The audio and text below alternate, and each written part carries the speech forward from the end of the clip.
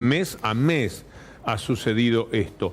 Pero el coletazo es que no solamente pierde el pueblo como tal, porque queda en la renta, en el reparto de la torta del país, en lo que respecta al Producto Bruto Interno, como después vamos a demostrar, muy pero muy lejos de la situación que tenía en lo previo, sino que gravita en lo que seguramente también es del interés de José Urtubey, que es en toda la actividad industrial. ¿Cómo le va, José? ¿Qué tal, Víctor Hugo? Muchas gracias por invitarme. Bienvenidos. Bueno, el último número de ustedes fue parecido a eso, ¿no? Sí, muy mirá, bajo. Nosotros tenemos, según Fuente INDEC, porque nosotros tenemos toda la consulta al interior del país y demoran un poco más nuestros datos, pero sí, julio cayó casi 7,9%. Y venimos arrastrando casi en estos primeros 7 meses del año 4,3, 4,4% de caída de actividad industrial. Esto es un dato alarmante. Nosotros veníamos, por otro lado, ya de 3 o 4 años con cierto estancamiento o caídas de la actividad industrial. Por experiencia, ¿cuánto gravita eso en el Producto Bruto Interno?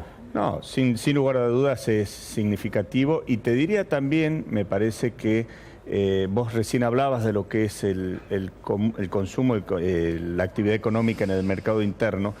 Acá lo que se estuvo es combatiendo la inflación en detrimento del mercado doméstico. Y es justamente lo contrario lo que creo que hay que hacer, que es justamente potenciar la oferta productiva. Ahí es donde estimo y tengo la expectativa de que empecemos a revertir esta situación a partir de ahora. Un camino es que la gente compre menos y otro camino es que le produzcan más a la gente para que la gente no deje de consumir, siga consumiendo, pero la actividad no decaiga. Sí, sobre todo tiene que ver también con una serie de variables económicas, entre otras las LEVACs al 38% durante 3 meses y después, sin embargo, hoy todavía continúan elevadas, no le accede o no le permite a una pyme acceder a tasas razonables a financiamiento. La carga tributaria sigue siendo excesiva y por otro lado, hoy se incrementaron las importaciones en estos primeros 6 meses del año, así como te dije que la caída de la actividad industrial fueron 4,5%, las importaciones crecieron un 9% en promedio, ni que hablar en bienes de consumo que fueron 22,5% en estos primeros 6 meses. Para entender, ¿qué promedio aproximadamente recuerda de las LEVAC en tiempos anteriores? No, eran significativamente más bajos, pero de todos modos creo que sistémicamente tenemos que enfocarnos hacia el desarrollo. Y esto implica empezar a estimular a la pyme y no, por el contrario, enfriar la economía. Pero lo contrario de lo que están haciendo. Hoy es lo que ha pasado, por eso mi expectativa es que empecemos a trabajar. ¿Y qué llegada tienen ustedes al gobierno, a las personas que manejan la economía del país? A ver, nosotros hemos reunido permanentemente con funcionarios. El último contacto fue en el día de la celebración del Día de la Industria.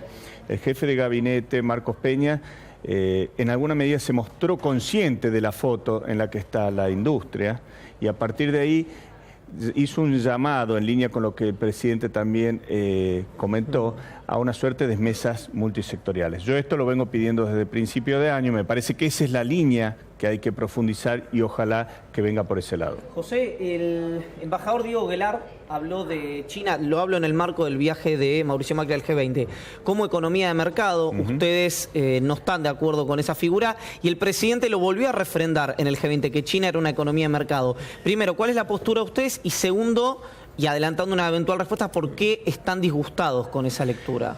A ver, no solo es una postura nuestra, nuestros pares brasileros también tienen la misma consideración, la Comunidad Europea y Estados Unidos. Es decir, hay un concierto internacional que está diciendo China no reúne todavía las condiciones para ser una economía de mercado. Principalmente porque está exportando con dumping, es decir, abajo de los costos de producción. Y con una megaproducción, obviamente, se vería muy damnificada muchas líneas de la industria. Nosotros el día lunes, previo al viaje del presidente, hemos tenido una jornada con la canciller Malcorra y también con el ministro de Producción, y en donde hemos expuesto todos estos argumentos. Por eso me llama la atención muchísimo la posición de Diego Guelar, es decir, donde él sostiene que sí reúnen las condiciones para estar catalogada como una economía de mercado, y esto es conocido abiertamente que no es así. Una cosa es tener relaciones comerciales con China y que me parece muy bien la apertura al mundo y a China incluido. Y otra cosa es no entender que no reúne condiciones para ser catalogado como una economía de mercado. ¿Se impone el campo sobre la actividad industrial? ¿El gobierno privilegia el campo? A ver, yo creo que Argentina sinceramente superó las viejas antinomias de lo que es campo versus Pero ¿por qué al campo le va tan bien y usted está en mal Yo ahora? tengo ahí un puntito que no sé si le va tan bien. Es decir, déjame dar una consideración de lo que pasa. Yo vengo de Salta. Salta está a 1.400 kilómetros de los centros portuarios de Rosario, principal salida al Atlántico. Hoy, con el costo del gasoil que se elevó un 35% en los primeros 5 meses del año, perdió el productor de maíz o de soja, el beneficio que puede haber tenido por la baja de la retención o la quita de la misma, perdió cualquier tipo de competitividad. José, se nota poco eso. Con lo cual, la revolución productiva, pero digo, la revolución productiva del agro, por lo menos desde el norte, te diría, hay muchos productores y hay muchas economías regionales que no la están viendo. Pero en el promedio daría la impresión de que le va muy bien. Lo único que se vende es Hilux en el país y las compra por eso, gente de campo. Mi consideración es que hay que tener una visión también federal, es decir, no todo el agro en el sentido de que lo que veo yo en mi provincia, ni que hablar de economías regionales. Recién hablábamos de lo que está pasando con el gas, las producciones intensivas de uso de la materia prima como el gas.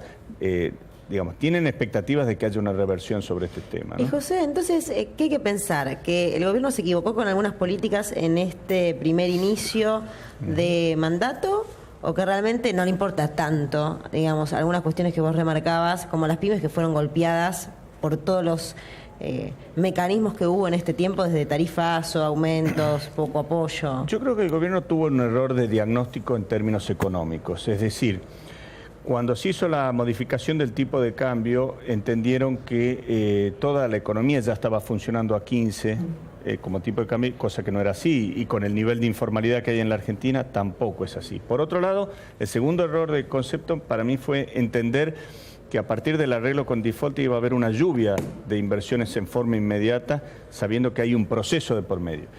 Si vos tenés un error de diagnóstico de ese tipo, obviamente los cuadros tarifarios por ahí no tenés la delicadeza que tenés que tener a la hora de analizarlos, porque suponés que va a haber una lluvia de inversiones.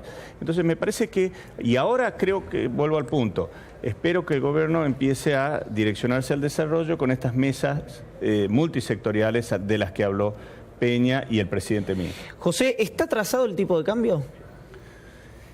Mirá, Iván, en alguna medida me parece que ir a las típicas recetas de la economía en la Argentina, de buscar competitividad a partir del tipo de cambio, volver a insistir sobre eso no es lo lógico. Yo creo que hay que trabajar sobre conceptos de competitividad sistémica, hay que trabajar en una reforma del sistema tributario en la Argentina, que hoy es excesiva la carga sobre las empresas. Hay que trabajar, obviamente, en una administración de comercio internacional inteligente. Hay que trabajar en líneas de financiamiento productiva a tasas razonables. Me parece que hay que tener una visión un poquito más integral. Pero ¿de dónde van a sacar el dinero para dar líneas de crédito a tasas más razonables? Tienen que seguir pidiendo afuera en todo caso. No. La estimulación a partir de líneas de tasas a tasas razonables viene justamente de ver cómo se vuelca la inversión. Pero para si eso vos hay que tenés regular. un atractivo, por ejemplo, con las LEVAC al 38% para colocar tu dinero en especulación financiera, es muy probable que no lo vuelques a lo productivo. Creo que hay que trabajar con estímulos puntuales para eso. ¿Cuánto se resiste? No 38, no 37. ¿Cuánto? No, es que 20 y pico. Con un país en donde todavía la inflación es excesiva, me parece que no dejó de ser un tema la inflación, ¿eh? Es decir, me parece que hay que ir bajándolas, pero yo hubiese sido más agresivo en el gobierno, o por lo menos líneas productivas a las pymes direccionadas con mayor incidencia. Es que todos los datos son de que se produce cada vez menos. El gasoil que usted mencionó ha caído enormemente y eso marca que no se está usando gasoil, es decir, no se está produciendo. Y a eso te sumo, Brasil está en una situación delicada en términos económicos. Por ejemplo, fíjate lo que está pasando en la industria automotriz. Las 2/3 partes de lo que se produce se exporta en autopartes a Brasil. Con la caída que tiene la economía en Brasil hoy, también la producción de automotriz se ve afectada en la Argentina. ¿Y eso cómo impacta, José, en el empleo? Digamos, porque ahora estamos hablando de los industriales. ¿Los trabajadores deben preocuparse de cara a fin de año o al primer trimestre del año que viene? Agrego a la consideración de Iván que las empresas grandes son las que más han echado gente en los últimos tiempos. A ver, vamos, si querés, un poco desde mi sector, que es el Fabril. Emplea, en términos formales, 1.300.000 puestos de trabajo. Nosotros, como te dije, hemos experimentado una caída de un 4,5 en este primer semestre de actividad industrial y, sin embargo, el empleo Fabril lo hemos mantenido. Cayó un 1,9%. Estos son aproximadamente 27.000 puestos de trabajo, que es muy delicado, pero te demuestra que frente a la caída que tuvimos, hemos podido conservar el empleo fabril. ¿Y cuáles son las previsiones para el 2017? Yo lo vengo diciendo desde el principio de año para que no pecar como oportunista. Es decir, a principio de año, cuando hablaban de una recuperación del segundo semestre, yo dije que era imposible esto y que por cómo se estaban dando las cosas, en el mejor de los casos la caída iba a ser de un 1,5% en términos de actividad. Y lo sigo sosteniendo porque vuelvo al punto, no solo por lo que está pasando en la Argentina, sino lo que está pasando en Brasil. José, muchísimas gracias. El jueves tiene una actividad usted en la que, entre otras personalidades, veo que está el doctor Raúl Zaffaroni. Sí, sí, efectivamente, a la tarde una universidad me invitó a disertar también. Sí, UMED, Claxo, la UMED, exactamente. La Linterna, repensando la Argentina hacia una institucionalidad popular. Creo que también estaba Carlos Acaputo, hay gente de la Pastoral Social, Carlos Acaputo. Social, sí. A las 18 el jueves en el Teatro Ya. Sí. ¿Va a estar ahí? Sí, voy a estar presente. Le agradecemos muchísimo, José. No, por favor, como muchas siempre. gracias a usted. A mí hablar con José Urtubey me levanta el ánimo, porque es muy claro que hace un esfuerzo por representar lo que finalmente representa, la UIA, nada menos, pero también por entender la marcha del país y aquello de los más vulnerables. Yo quiero compartir con ustedes algo que hace a lo que debemos saber. ¿Cuál es la pelea? ¿Cuál es la lucha? Es la renta, es lo que